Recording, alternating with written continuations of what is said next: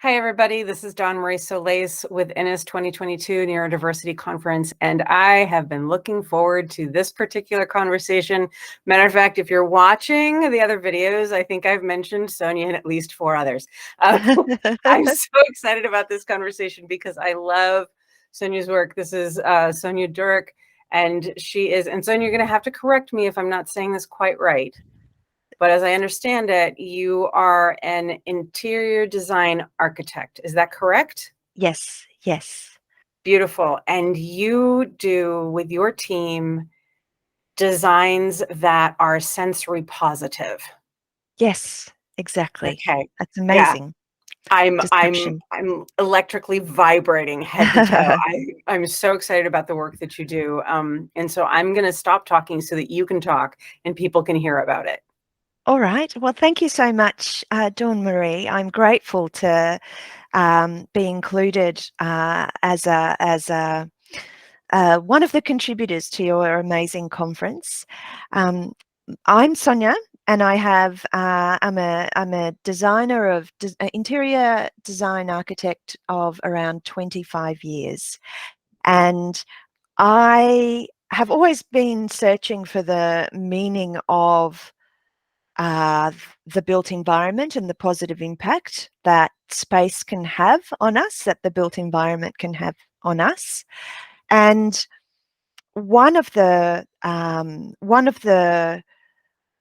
interesting things that we stumbled on is designing better environments so that they are more inclusive and so that they allow people to thrive.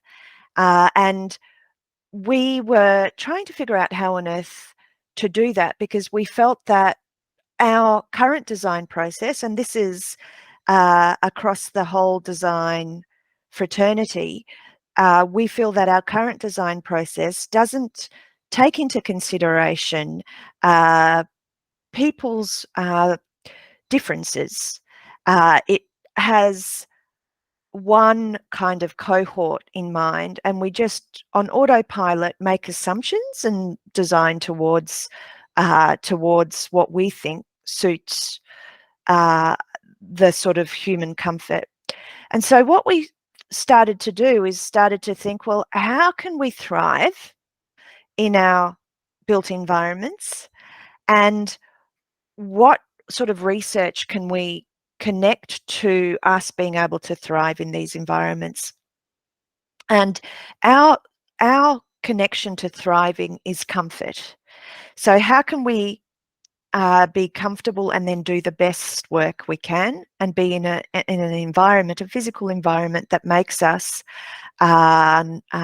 produce what we're producing, create ideas, solve problems, so that we are most comfortable.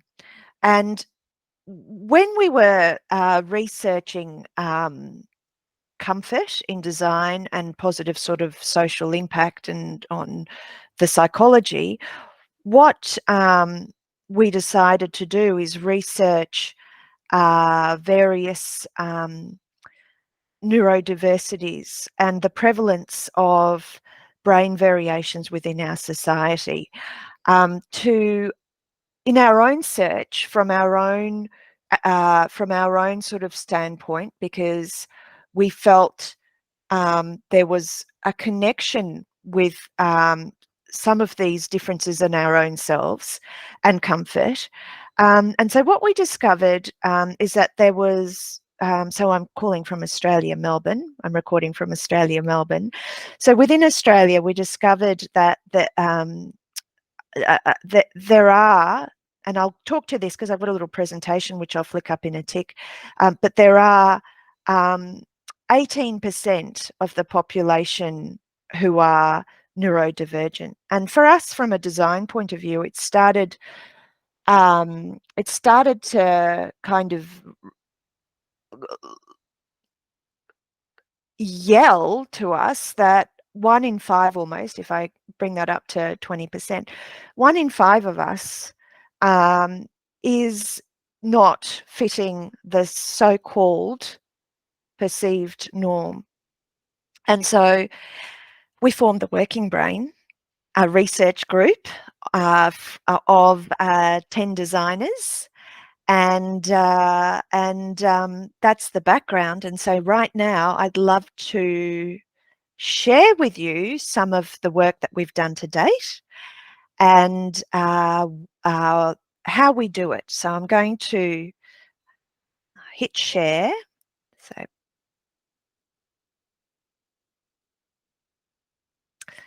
there we are. Hopefully that works at your end. Can you see me sharing the Working Brain? Not yet. Oh, here it comes. It's a little bit. It's a little slow because we're crossing oceans and timelines and all those things. But yes, Yes. now we can see it. I'm going to try to click on it to be full screen. Sometimes when I do that, you disappear. So here goes. I hope it works. Yes, you have disappeared, but I can make you reappear by making this little window smaller. There we go. All right, so this is the Working Brain. And the Working Brain aims to understand how we can be more comfortable in the built environment and design for people who have a heightened sensory response to their environment. So how senses are engaged is a large part of how and why we design. And it's interesting because right from university, when I was studying, sensory design and the impact of design on senses has been taught. And it has been taught from a standpoint that we're creating spaces that are very that impact the senses, but the science behind the impact of the spaces that we design on the senses wasn't necessarily taught. And when we started researching this concept, we couldn't find any research that was guiding us or giving us almost a checklist of how we design and how we should design to create a greater amount of comfort.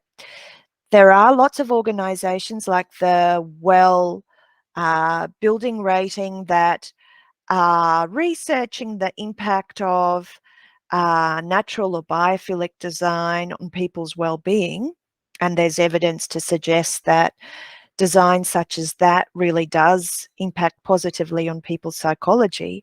But we could not find any guides as such, particularly to the work that we do with the knowledge worker, so within the corporate sector, workplace design, of how we can design better places for people who are neurodiverse and, in fact, anyone, because we all have a sensory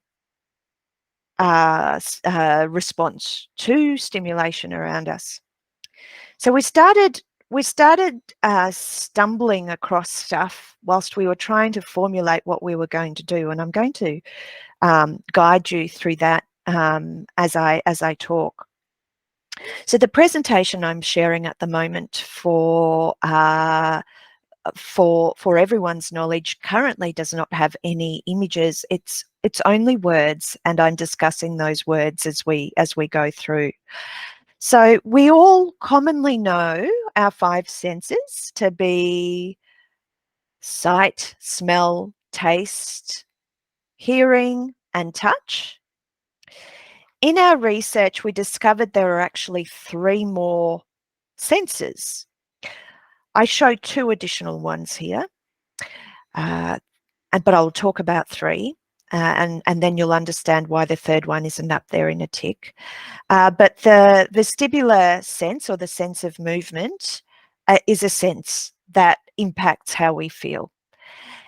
It's about how our body in relation to gravity moves and balances within space, and there's fluid in our ears which send signals to our brain, and sometimes we refer to this as the vestibular system, or otherwise simplified, the sense of movement. So there's that. And then there's proprioception, which is your body awareness, how the body is relative to the position of the other arms and the other legs. and how the messages that go to the brain coordinate all of this. And so that's proprioception.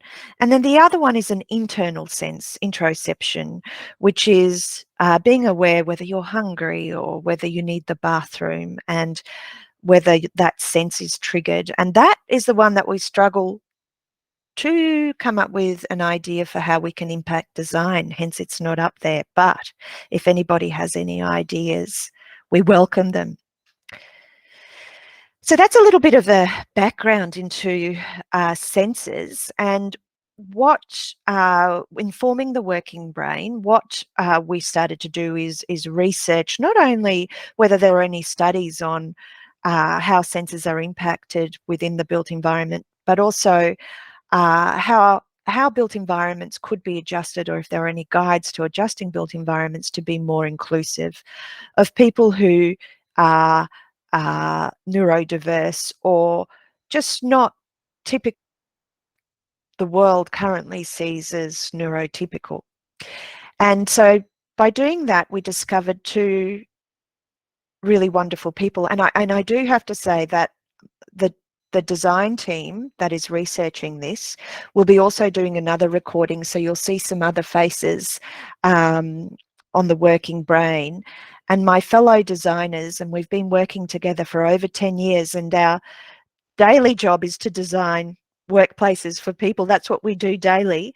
But on the side and in our spare time, we investigate the impact of comfort on people. And so there are 10 of us, and they include, and I hope I don't forget anyone, they include Susie Wedd, Natalie Viola has contributed, Kylie Lord, Ian Piggott, Alex McDonald, Dion Wee, Michael Edwards, Kate McCann, Tracy Lowe, Pavel Ornelas. I think I've got everyone in that count. Gosh, I hope I do. But anyway, when we set out to search for information, we found some amazing people, and one of those amazing people is Winnie Dunn, and she's a professor at the University of Missouri, and she's an occupational therapist, and she has authored the tool which is called the Sensory Profile Questionnaire. And with her oversight, wisdom, and permission, we have adapted that questionnaire to be an online tool when we're running our research. And then she helps guide us with our assessments. So she's a brilliant brain, and she has written a book specifically around sensational living. And that's how we came across her in our research. I bought her book. I discovered who she was. I had a little bit of an understanding of what that sensory profile questionnaire was because of my own life experiences. And so I found it very interesting that she was, I found it very interesting to learn that she was the brilliant mind behind it. So I just emailed her. I did a Google search, found an email address for her and emailed her and told her what we were up to and asked her whether she would be interested in helping us and whether she would give us permission to use that profile. And she, with excitement, responded to say that we're putting into practice what she has been talking about for a very long time. And what's lovely about that is that she is our academic rigor, our professor, our brilliant brain from an academic side. And we are the folk who put into practice the design. So together we are strong because we come from it from two standpoints, the in practice and the academic. We also do have others, actually. My sister, Vlatka Duric, who's a psychologist, and she specialises in trauma. She's also providing us academic rigour. There is another amazing human being, Andrew Eddy, who we stumbled across in our research. And he does lots of things. But probably the best description of him, he's worked in the corporate world. He's been a CFO. He's been of large organisation. He's been a vice chancellor of a big university here in Australia. But now he runs an organisation called Untapped, and the best description I can give of Andrew is that he's an autism advocate, and he provides sort of transition for autistic adults into workplaces. And he does that by educating corporates around just being more open-minded about the differences that people have and the contributions that they make.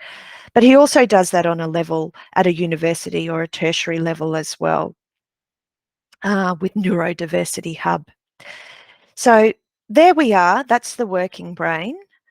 And so here are some statistics, and these are Australian statistics because we are based in Australia, but I would argue that these statistics would probably be very similar in the States and Europe and in other parts of the world. So we discovered through our research, and it was in articles on Dyscalculia, that we found out that 18% of Australia's population is neurodiverse. So I think I mentioned this statistic at the start. So that's almost 1 in 5 of us. And that is a diagnosed statistic, which means that many of us inhabit this world and don't necessarily understand why we're not considered neurotypical. And we learn that maybe we fit in this percentage and add to it much later in our lives. And some of us have this knowledge from early on. But what we would assume is that this 18% is actually much more than 18% based on just people don't know that they are neurodiverse. So the other thing that we started discovering in our research is that underlying many neurodiversities, NDs, is a heightened sensory response. So neurodiversities is an umbrella word for brain variations that include some include all the DISs, dyslexia, dyscalculia, dyspraxia, dysgraphia. We also have autism. We also have ADHD. We also have sensory processing disorder as a few examples of what the neurodiverse umbrella covers. So the sensory processing disorder is an interesting one, and the one that we started to investigate, particularly because it was around the senses, and we made that connection between design and the senses. So what we therefore determined is that it is likely that therefore 18% of our population have a heightened sensory response, just because we've got that statistic of 18% being diagnosed and being neurodiverse. But we just didn't know what the actual number was. So we set out to do our own research with Winnie Dunn's questionnaire. Because we designed so many workplaces, we had access to people and we enthused them about our research, and we explained that our designs are best designs when they respond to people's sensory profiles, and understanding what the makeup of the population was, or the knowledge worker population for the moment, but we can see this extending and being applied to all built environments such as schools and education settings and hospitals. What we wanted to understand is actually what is a sensory profile? What is the sensory profile of the knowledge worker, and who has that heightened sensory response So we set out to find 1,000 as our data set, and we were reassured that that's a really big data set. So we were on a path to knowing where we were heading.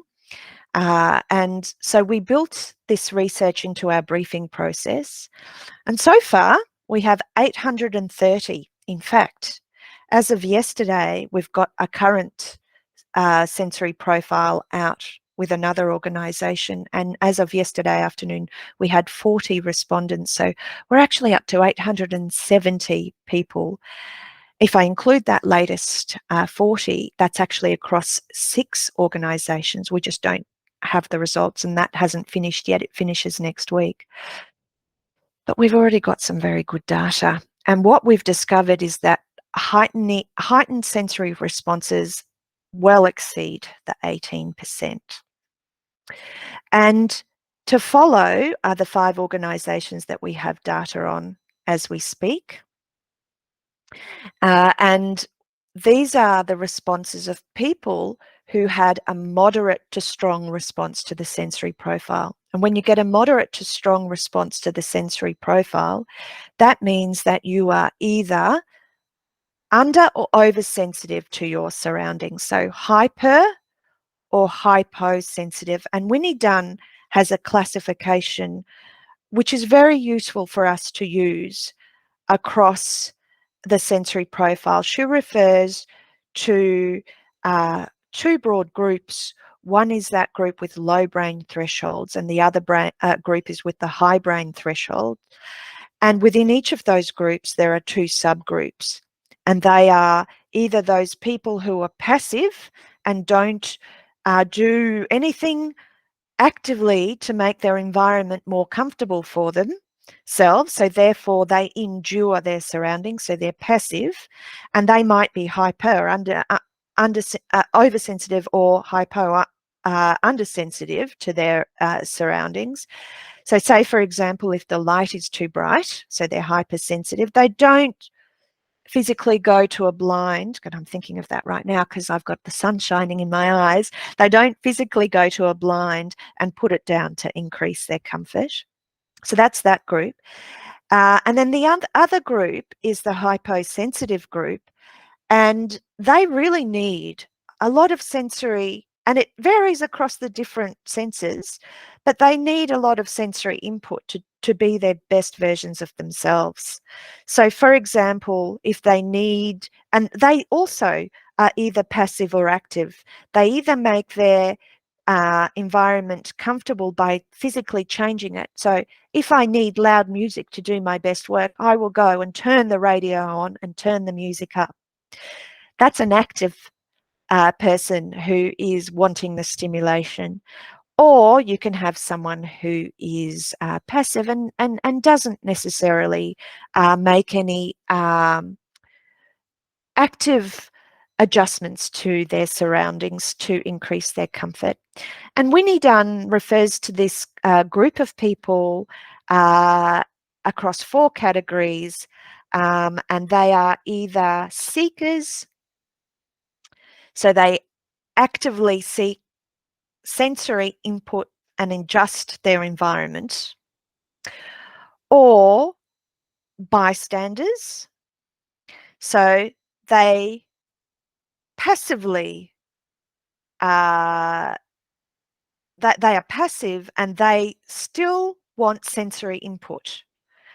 So they do their best, they are the best versions of themselves when their environment is working at that high stimulation level, and it varies once again across the senses. So say, for example, it could be possible that someone who needs loud music, so that's the auditory sense, may have a sensitivity to a visual sense. So it does work across different levels. So it's quite interesting. So we've talked about the high brain thresholds just now. So we've talked about the bystanders and the seekers, but then we've also got the low brain thresholds, the people who are hypersensitive. And they are the sensors and they are the avoiders. And these are all Winnie Dunn's terms. And the avoiders are those people who are uncomfortable with their environment and then therefore make adjustments to it. Maybe we produce a noise if the surrounding noises are too much for us to be comfortable. So that is someone who actively changes their environment, and that's an avoider. And a sensor is very hypersensitive to their surroundings, but won't actively make any adjustments. So it was really important for us to understand. And then Winnie Dunn has these categories, which are there are 4 categories, and when you score a moderate to strong response in the categories, we know that the environment around you is actually impacting your comfort. So you're either a person wanting stimulation, or you're a person not wanting, or not comfortable in stimulation, and that's what we really wanted to understand. So this data that we have from the next 5 organisations, so that 830 folk number that we had shown you before, is either low or high brain thresholds, but the percentages are mind-blowing. So of one organisation, at least half had a heightened sensory response.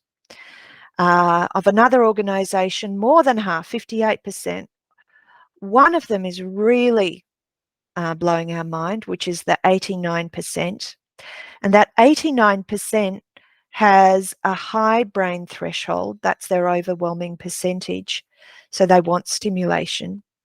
Another organisation's 51% and another organisation 64%. So well above what we had assumed. And then the data that we have so far, and in understanding it and breaking it down, is mind-blowing, because what we say is, can you imagine the impact we can have on people with adjusting our designs so that they meet the various sensory profiles? So for us, the solution lies in multimodal design. So educating all of us and designers that we need to design for at least 2 sensory modes. One is that of a high intensity and one is of a low intensity, and that's the baseline intensity, and that's the baseline, because there should be many more modes than just 2, because within, you could argue that we had those 7 sensory profiles, and perhaps the last 2, which have that sort of spatial awareness and movement, you could argue that maybe there are 6. And so when we have high and low, you multiply 6 by 2, that's 12. That we should almost have 12 different sensory modes within our designs, at least. So high intensity might be bright visual stimulation, amazing artwork, colour, murals on walls, texture, that when you sit on it, you really feel it, for those who have a response to touch. And low intensity might be muted, quiet areas, visually are muted as well. So the colour of the walls might be an off-white, a gentle off-white. The lighting levels might be warmer and less bright. And the connection to the views might be also muted. Perhaps you're more internal, or perhaps there's shading and blinds. So these are the things that we're starting to use in all of our designs. And then sensory design interventions. So we've coined a term called sensory design interventions, SDIs. By including some of these sensory design interventions, we believe that we can also design better spaces. And an example of a sensory design intervention might be just a chair that wiggles.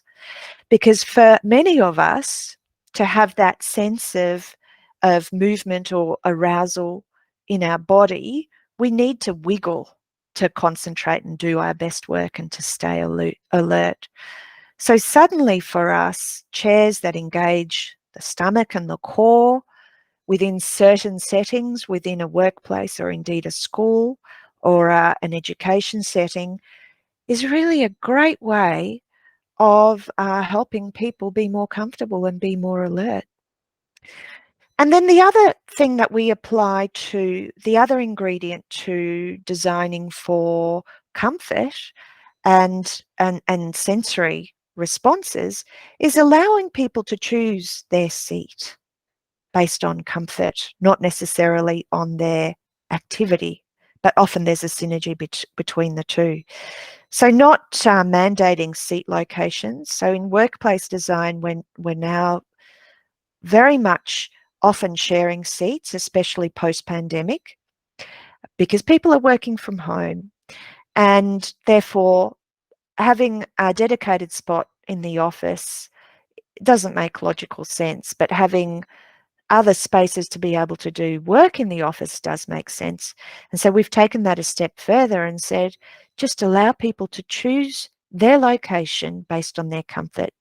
So if they need a low, and therefore the prerequisite is that we've designed your environment so it has many sensory modes.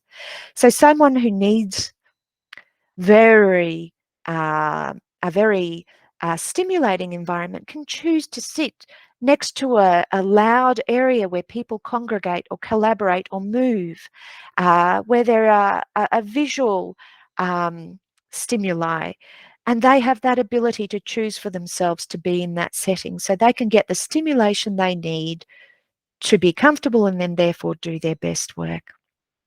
So there's an image on this page of an artist, but by an artist who resides in New York State, and his name is Jeremy Ville. He's a very interesting artist, and also I guess you could argue that he's our ambassador.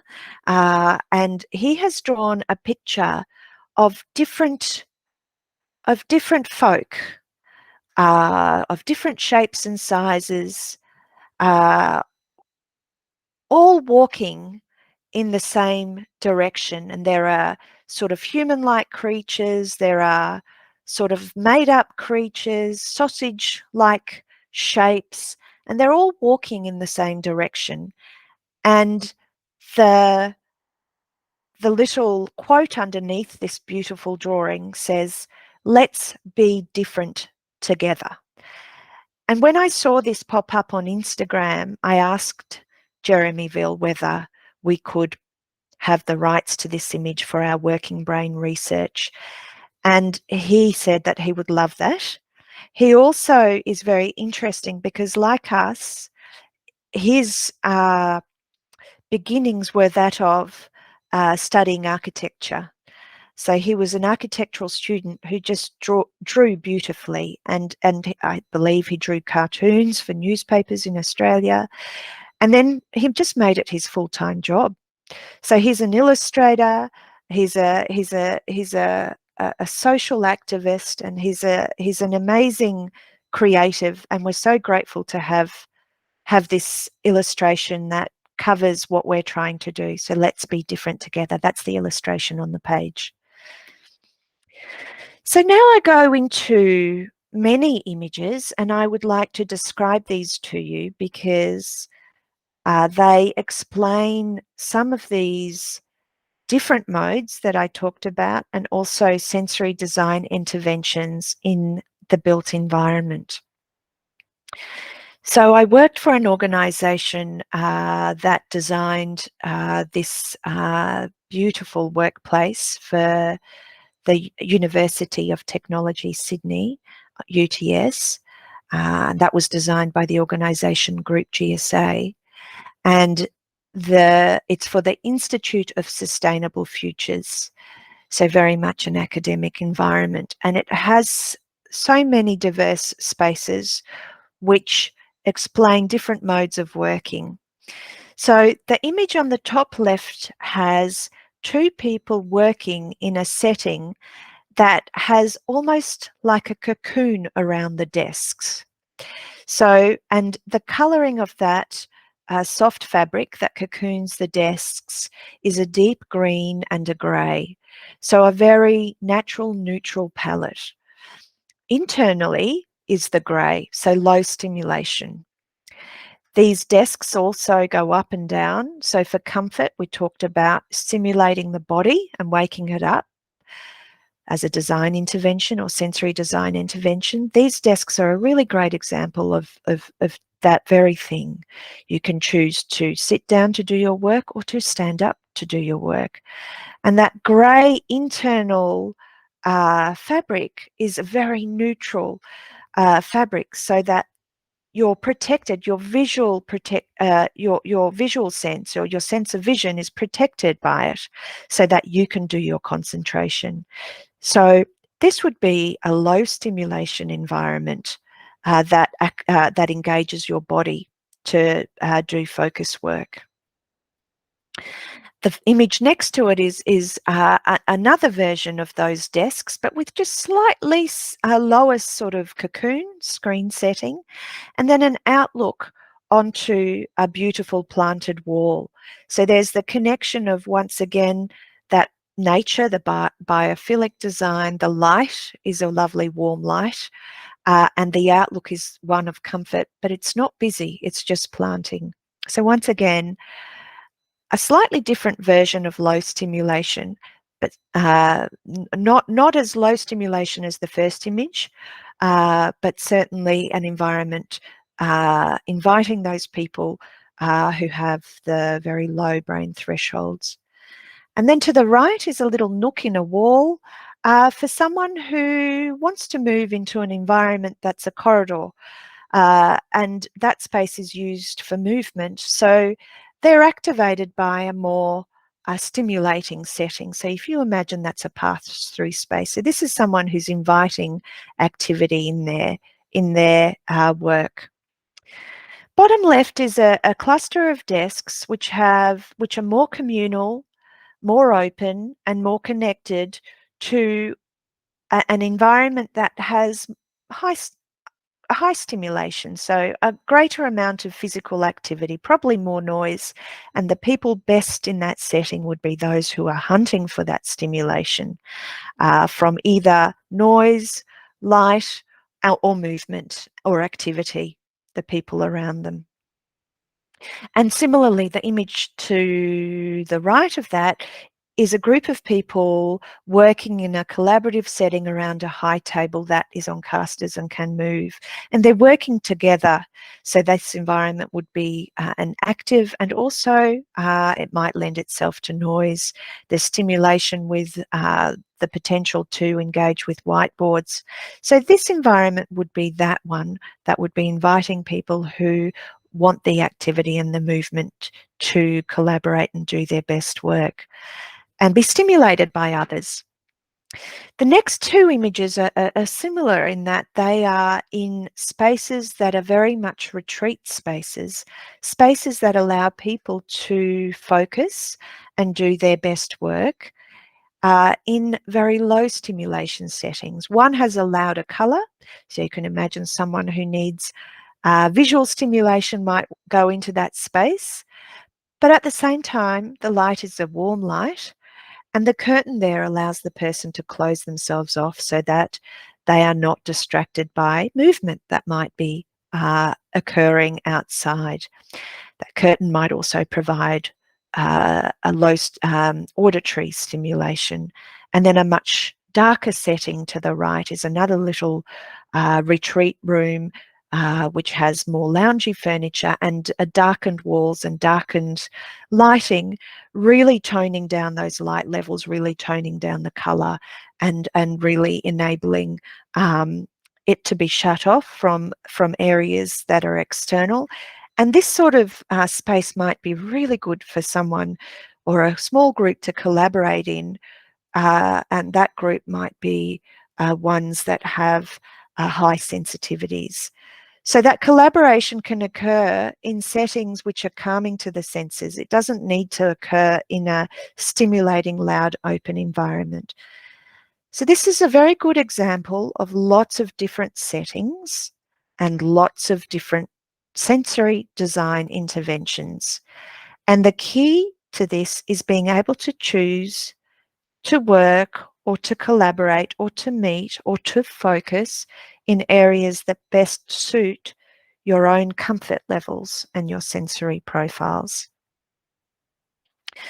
This is a very, very exciting project that we undertook for Hobsons Bay Civic Centre. And the Hobsons Bay Civic Centre is a city council, so a local government group, and they look after, at local government level, a group of suburbs in Melbourne that fall under Hobsons Bay. And so these are council offices, there are council chambers next door.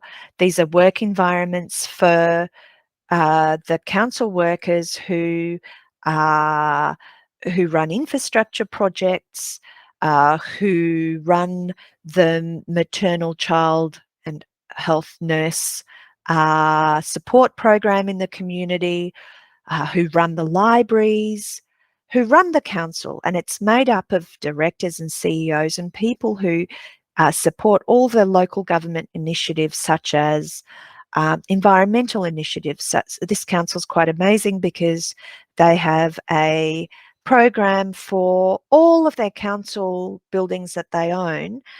They are all covered in PV cells, so they generate their own energy.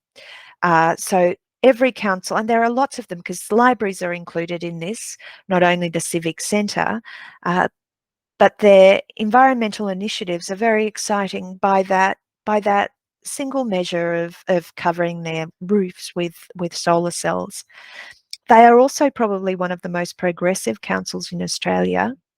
They probably are the most progressive council in Australia, which initiated its recycling program with its very many bins, and including compost recycling, for example. And the council manages all this. The council also employs people who are neurodiverse. The CEO of the council, Aaron van Egmond, took great interest in our research and sensory design and was a great champion of this research. So we were able to create this work environment to have lots of different modes and settings and design interventions. And we engaged and did lots of workshops with all of the people who would be using the space, including the community, to enable this design. And what you're seeing in the top left-hand image, which is to describe it, is it's a collaborative environment of a concrete floor with lots of different colours painted in a very organic, with very organic shapes on the concrete floor. So there are aquas and blues and pinks and whites, sort of swirly patterns on the floor. There's a table that allows lots of people to sit at the table and work together in collaboration. Also in that setting, to the right-hand side, there's a circular lounge, and what you don't see in the photo is a big whiteboard that allows a cluster of people to be able to do their brainstorming together, another cluster of people to stand up around a higher table with some planting. There's a big cutout in the ceiling, because this is in the belly of the building, that has a big skylight in it to allow lots of natural light to flood in what would be a very, very otherwise dark space. And beyond that is what we call the north-south pathway, where people move and that pathway connects two very important landmarks in Hobsons Bay Council: Cherry Lake to the northern side and the bay to the southern side, and this is used by the community. So what was really progressive about this is that the council and the community are one. They're together, integrated. So it's a place where lots happens, and the community is invited to be a part of it.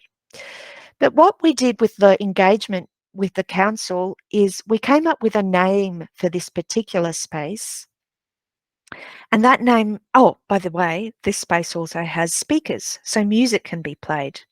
So it's abound by lots of visual stimulation, lots with the painting on the floor, the lighting, the natural light, the activity settings that are active around that north-south pathway, which is a big pathway of activity. So it's a high stimulation space. And we've called this space the danger zone. And it's a danger zone because music can be played. And yes, for those Top Gun fans, that we constantly, whilst we were doing this design, had in our minds the Highway to the Danger Zone song. And we imagined the Hobson's Bay folk playing this song frequently in this space and other songs. But this space is really designed for those seekers or bystanders who have the high brain thresholds, who need the high stimulation to do their best work. So we don't forget those people, because quite a lot of them are actually existing in this world. And the preconception is, when we're designing, is that we need lots of space for quiet and concentration work, which we do, but we must not forget a whole group of people that actually needs the stimulation to do their best work. I am now going to actively put this blind down as the sun moves across. That's better. I can see across the sky. So that's the danger zone. And to the right, we have a communal space, which is an eating area that once again has that sort of higher seating area, so that people can be sitting low and sitting high or standing. We've got natural materials, and then it's a high bench and a big with terracotta tiles, and beyond that is another bench which has some white tiles and some green MDF cupboards above. And then to the right hand side, we've got an image of another meeting point in another cocoon of fabric. And this is called CoLab. It's a light box signalling what that space is, and this is where the community comes in and meets with the town planners at the council, and they discuss potentially their plans for their houses, or developers may have meetings with the planners, and they discuss drawings and plans for particular projects that are happening within the Hobson's Bay community. So once again, that's a lower stimulation space, partially open, but certainly cocooned. And then designing with landmarks. This is a design intervention that we use here a lot. In that top right-hand image, which is the CoLab space and the cocoon type meeting space, there's a zinc shingled structure to the right-hand side. And that is reminiscent of some of the industry that is present in Hobson's Bay. It resembles, it's meant to be almost a metaphor for the oil history of the Hobson's Bay area. So it's black and it's zinc and it's organic and it's oozy. It's covered in zinc shingles, almost like oil droplets on the roof and also on the walls. And for us, this landmark is an important landmark for wayfinding, for orientation, for understanding where in this very large organisation you are within the space. And we have discovered that people who are neurodiverse, particularly those with dyslexia, really visually navigate the world through landmarks. So here is another very important design intervention for people to understand where they are in space. We have designed lots of landmarks to give them cues.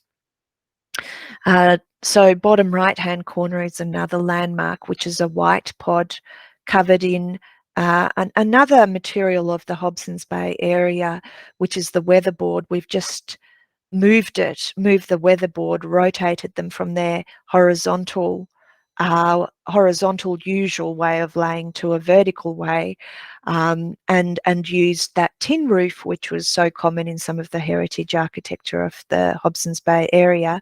And that pod is white, and once again navigating the space by that light pod is very important and very easy for people to be able to know where they should be. So light and shade. Moving then to the left is an image of a very low stimulation space, and it recycles. It's like a little tiny room that actually has, the doors are opened, but that actually has glass doors that can close the space in fully, and someone can work in that space, or perhaps two people can work in that space. And the lighting within that space is very warm, and it comes from a lamp, and it's like a little top hat, a little copper top hat on a wall. And above the on the wall, there's some soft materials, and those soft materials help with deadening the acoustics in the space, so that the space is not echoey, it's quiet. It also, we've used very light colours within the palette. So there's almost like a peachy colour on the soft panelling on the wall at low level, and a grey colour at high level. And this creates an environment for those people wanting to be removed from high stimulation areas. And these pods happen to be in the quiet zone within the design of the Hobsons Bay workplace. We have the danger zone top left, but we also have quiet zone, and the quiet zone also has a library. So this is this, and the neutral colour of the walls in the open area around the walls. We use natural materials such as a lot of timber, planting, and off-white. So visually, the visual stimulation is very low. And this is a space you can retreat to if you want low visual stimulation, but low sound stimulation, and you don't want to be around spaces where there is movement. And then to the left is a space where people can congregate and meet in a very loud space, in an open space, again on this north-south pathway. And it's inviting those people who are seekers or bystanders to do their best work. So I'll move on to the next slide, hopefully, if it'll let me. And this is an interesting project we did, and because it's very much looking at a sensory design intervention for movement. So it's for that proprioceptive and vestibular sense. And to the left is an image of a stair connecting many floors. And the stair ends up on little landing pads, and sometimes you can meet on those landing pads because they are big, but the stair follows a pathway around the design. And if you measure the pathway that connects to the stair, and if you move to each level, there are 5 levels in this design, you cover 1 kilometre. So for those wanting to be well and do some movement within their workplace, they can simply by navigating that pathway all the way around the workplace, up and down the stairs. So this is very much designed for that movement intervention and encouragement of movement. And what you don't necessarily see in any of the pictures, but along that movement path, we have stop points where people can have time to stretch. So there are stretch bars. What you do see in an image to the right is a pathway. Along this pathway is another design intervention, which is a monkey bar. So this is very much for that proprioceptive and vestibular sense, and everyone benefits from being able to engage with those senses to make them alert, to make them do. In our research, sometimes we discovered that occupational therapists refer to this word as heavy work. so that people who might have a hypo or hypersensitivity to that vestibular sense can do some heavy work. And this is where we have a big monkey bar next to some seating along a pathway, and the person in the photo is hanging from that monkey bar. So engaging that heavy work, stretching the body out and finding themselves hopefully at equilibrium and refreshed and rejuvenated then to move on to do whatever they were doing. And we have some other settings to the right-hand side of more open work settings and around sort of meeting, around sort of workstation. All of these workstations also go up and down, so we're always engaging the body to move. And the bottom left-hand corner has lots of neutral materials and an open setting where people are engaging who want high stimulation in this active space. So there's a round seat with some blue upholstery and planting, a couple of tables and chairs that swivel, and the materials are natural cedar and concrete and abounding the walls. And to the right-hand side, we've got another active space, but a soft neutral setting. So we've really toned down the palette here, the visual palette, and we've got soft cladding on that wall, which is like a light grey, felt-like finish. We have some felt seats, and we have really removed the visual distraction of external walls by creating almost like a little another little cocoon within this setting, but it's an open setting.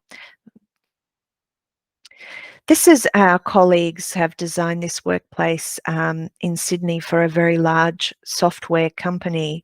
That software, it's not unusual for a software company to employ many software engineers who might be on the spectrum or who might be neurodiverse. And for us, this is of great interest because these are settings that really can experiment with these sensory design interventions. So very much a dark collaborative setting with black felt walls and a black circular lounge to the left, more sort of removed settings in sort of American diner style meeting spots with neutral materials and the yellow light as opposed to the white light in the right hand side.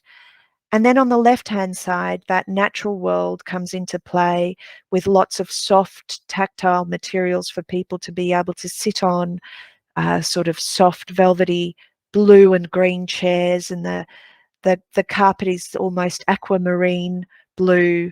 The wall is a curved timber wall, and the ceiling is a reflective mirror ceiling, almost reflecting that feeling of water. But once again, these spaces are very protective. They cocoon people into them, making them making those who really want that active stimulation but low visual stimulation, they attract those sort of people. And once again, another seat amongst a timber cocoon on the wall, so timber cladding on the wall and that aquamarine carpet, and person sitting with a laptop on their lap. And to the right, another environment which allows that retreat space for people to do concentrative work, soft walls, protection from that, soft, deep ochre brown walls and carpet, and plywood encasing the two women working in that setting, which has also a soft seat and cushioning. Once again, creating that barrier from a stimulating environment to an environment where active work can take place, but not be one that is of high stimulation. And so here we have another example of a work environment that really looks at those multi-modes.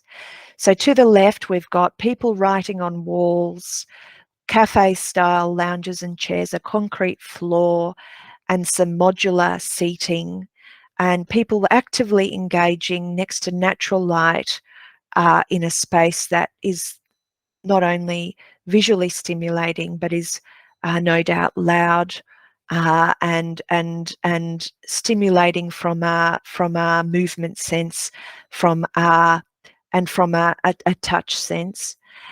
Beyond that, we can see a little phone booth. So that phone booth allows someone retreat to remove themselves from the noise, and that's a soundproof phone booth, so that either focus work or phone discussions can happen in a space for those who have sensory heightened sensory responses to noise. And then curtains in the next image is a setting of a cluster of 4 desks and people working on a carpeted green floor, and abounding them is a natural timber cladding and planting coming off that timber cladding, and curtains, enabling little spaces to be curtained off so that people can remove the stimulation and do focus work and have those softer materials around them. And to the right is a little booth, like an American style diner booth, once again, very calming, very neutral, light grey, felt ribbed fabric with lighting, neutral lighting, and then planting cascading down from the roof, and that green carpet really providing a spot for people wanting that low stimulation.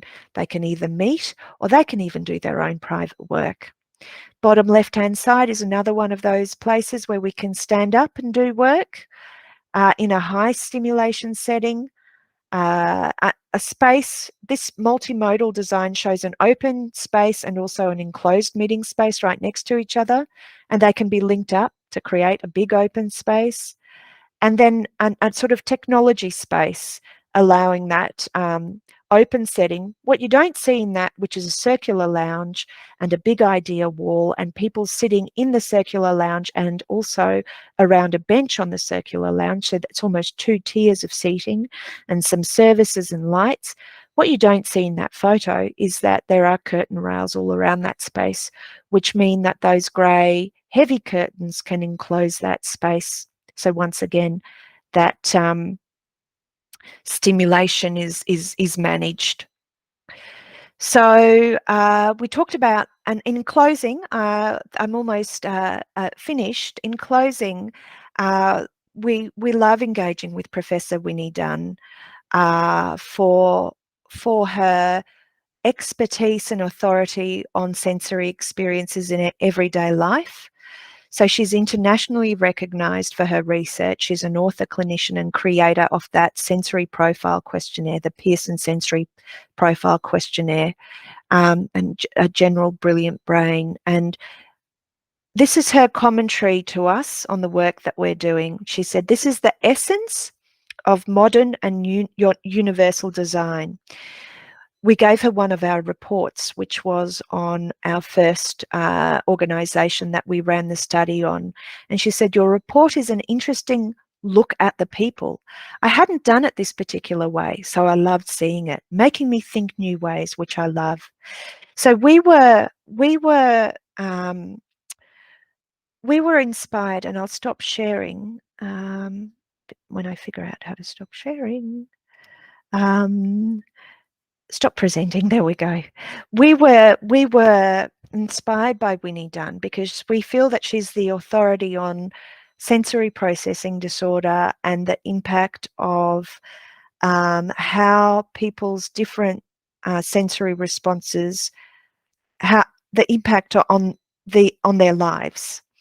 And so we're delighted that she is also looking at design in a different way, and she loves the fact that we're addressing comfort and sensory comfort within the built environment and hopefully informing better design in the future, and therefore universal design, as she puts it.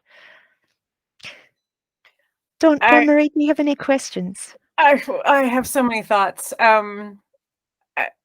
As somebody who has tried to infuse different environments into my work for as long as I can remember.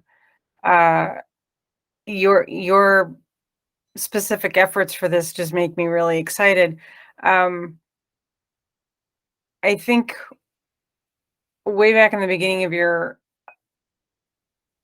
talk, you showed, the 5 different organizations that you did summaries with, and the idea that the lowest percentage you got back was 50% of that workforce would benefit from a sensory positive design.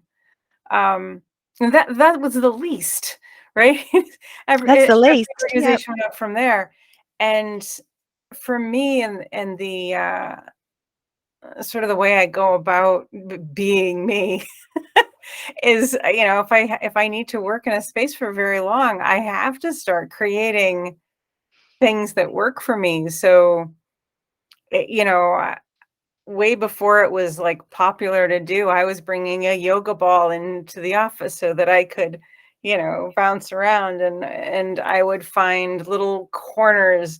I'd drag a chair and try to balance my laptop. I was doing for myself what you're doing in design, and the literal relief I feel looking at the different examples of the different environments within a space, that if I could go work there, whatever work I had to do, every hour or two, I'd be picking up my computer and going someplace else. Or when you and I talked before, I know you told me about there was a workspace that you designed where everybody's desk was on wheels. Like they could so you don't have to like unplug all your stuff and figure out how to carry it with you to someplace new. You just move whenever you want to move. You just move, which made me very excited. I know that you've got some of these like fully installed and people are working in them. What kind of feedback are you getting from these workplaces where people are now able to enjoy what you've created? Very positive feedback. And the Hobson's Bay, we are so grateful for the CEO at Hobson's Bay. I mentioned him before, Aaron, because we are going to be doing a post-occupancy study of sorts. So our sensory profile study, and which we're using Winnie Dunn's tool for, is one that we use to understand different sensory profiles. And what we've done, I mentioned we adapted it to be electronic. What we've also done is we've asked people to provide a code name for themselves, because to get greater participation, we've made it anonymous so that people will feel comfortable answering some of those profiling questions. And so, but for us, it was important to somehow link. Sometimes they wanted to find out where they sat in the sensory profile. And so we do a report by having a code name, they can then see their own results and where they sit. But we also wanted them to have a memorable code name or alias that they can remember, so that we can return to do a post-occupancy study, and that is on specifically comfort. So say, for example, Hobson's Bay, and we've all had a big, across the world, lockdown, many people working from home. Even though we've got the highest numbers of COVID at the moment in Australia than we've ever had, ironically, it's funny because people are still working in their workplaces more now than they have been over the last couple of years. So we're right for undertaking this study now, the comfort study, and it simply asks 2 questions, or actually 3. What's your code name? So that we can link it back to the sensory profile. Describe the setting that you're in, and we give them a drop down of descriptors of the setting. So, for example, near a main pathway, near a window in an individual spot in one of those cocoon spaces, they choose where they are. And then the third question is, describe your comfort level. Comfortable, neutral, or uncomfortable. Simple as that. And so what we then do is link them back to their, we're pretty much know where this will end up. But what we want to do is link them back to their sensory profile and then link the comfort back of the location that they chose. And we ask those 3 questions on many settings, so they can do as many as they want from us, because Hobson's Bay Civic Centre is a very good example of a work environment that's been enabled to move around. So everybody can move wherever they want and they can sit wherever they want on any given day. Or they can move multiple times because they might be needing to remove themselves to a very quiet zone because they need the low stimulation, but at the same time they need to collaborate with a group, so they might need to move themselves to another zone. So in all of those settings, they can assess their comfort levels, and then we'll be matching those with their sensory profiles. So that's going to be our first exhaustive study after we reach 1,000 people to understand the impact of this sensory design on workplaces is completed. We then want to start linking people's comfort levels with their sensory profiles and see if there are any idiosyncrasies or things that we didn't think of that might pop out of that. Yeah. That'll be so interesting to hear about after it's all complete. I'm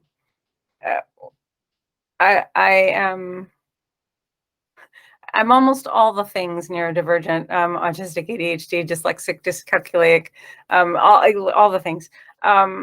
And one of the things that that means about me is not only am I, autistically looking for patterns and those sorts of things, and ADHD hyper hearing everything and seeing everything, and just dyslexic 3D modeling, and my brain's doing a lot of things all the time.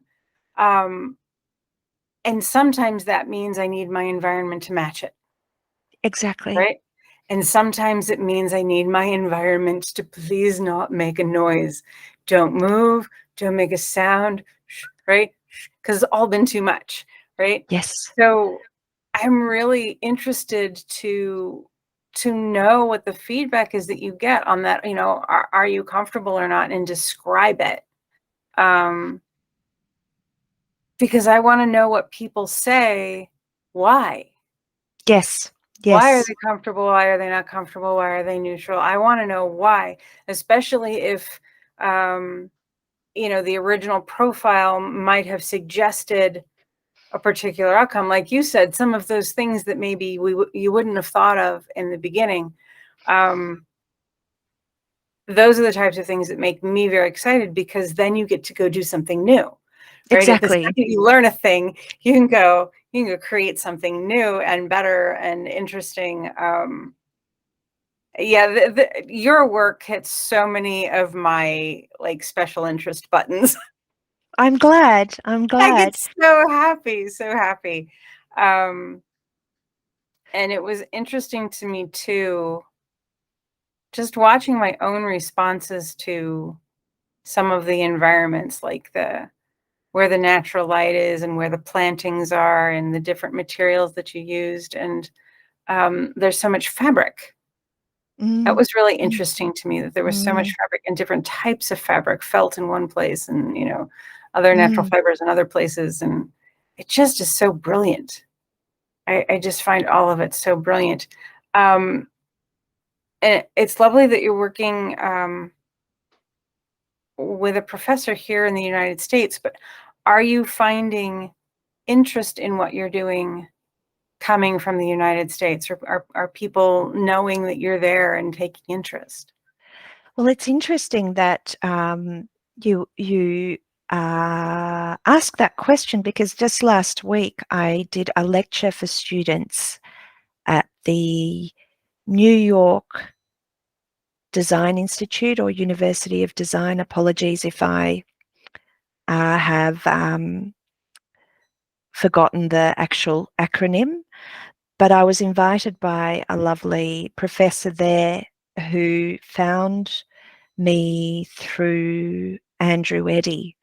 And I held a lecture with the students and I talked about the sensory design to his team. And so, yes, I guess a little bit slowly, we're getting known in the United States as well. And certainly in Australia, as we start publishing, there's a lot of interest here in Australia with organisations really wanting to do the right thing by their staff, and there's a lot of interest here, and it's nice to be able to guide the organisations here so that we're designing with research and evidence and not hypotheticals, which quite often happens within the design fraternity. It's easier for us to justify those designs too if we have evidence behind us. There's a lot of interest in Australia, but we're just on the cusp of this, getting to know this area, and the research hasn't hit 1,000 yet. It's nearing it. But what we've discovered so far is, as I said earlier, mind-blowing, because you raised it, Dawn Marie. It's over half of us respond to the senses either moderately or strongly, which means that sensory design is essential in good design. And then it links itself to the 7 principles of universal design, which Winnie Dunn referenced earlier. And comfort, just designing through comfort and not anything else, is, if we can change the world of design to focus on comfort as the first design principle, then we think we're improving people's lives, and hopefully getting more people who wouldn't come into work to come into work, or inviting those people who are underrepresented in employment figures to be employed, because one of the obstacles might be the built environment, and because their built environment is more comfortable, tick, we've managed to overcome that obstacle. Another obstacle might be, you and I talked about this earlier, is how society is including or accepting or understanding differences, and how different cultures differ. So another thing is coming from that people and culture thing. So a more inclusive understanding and better mindset of the people and culture sort of component of the world, and changing that to be more inclusive might also impact those chances of people who might not be employed to be employed. So we're changing the environment bit. Hopefully we're raising awareness. So it might also help the people and culture thing, but it's no doubt already there are already lots of research papers on the people and culture thing. So by changing those two things, we're hopefully encouraging more people back into the workplace or to be in the workplace. That's so wonderful. I'm thrilled about everything that you're doing. I think we probably have to wrap it up for now. But I hope that there's more work that you and I can do together in the future. And I really hope that folks all around the world see this video and start thinking about that idea of what might happen if we actually thought about people's comfort, if we Yep. actually tried to create environments where people felt safe and thought of and pleasant. And gosh, what if work didn't have to hurt? Yes, And, exactly. Oh, yeah, exactly. What if work didn't have to hurt? yeah. Brilliant. What if work didn't have to hurt? What if work didn't impact my ears or my eyes or my general comfort? How much more work could I get done, and how much I would love to go to work as a result? These are the simple things that we're trying to understand better and hopefully fix. That's wonderful. Sonja, thank you so much for your time. Thank you, Dawn.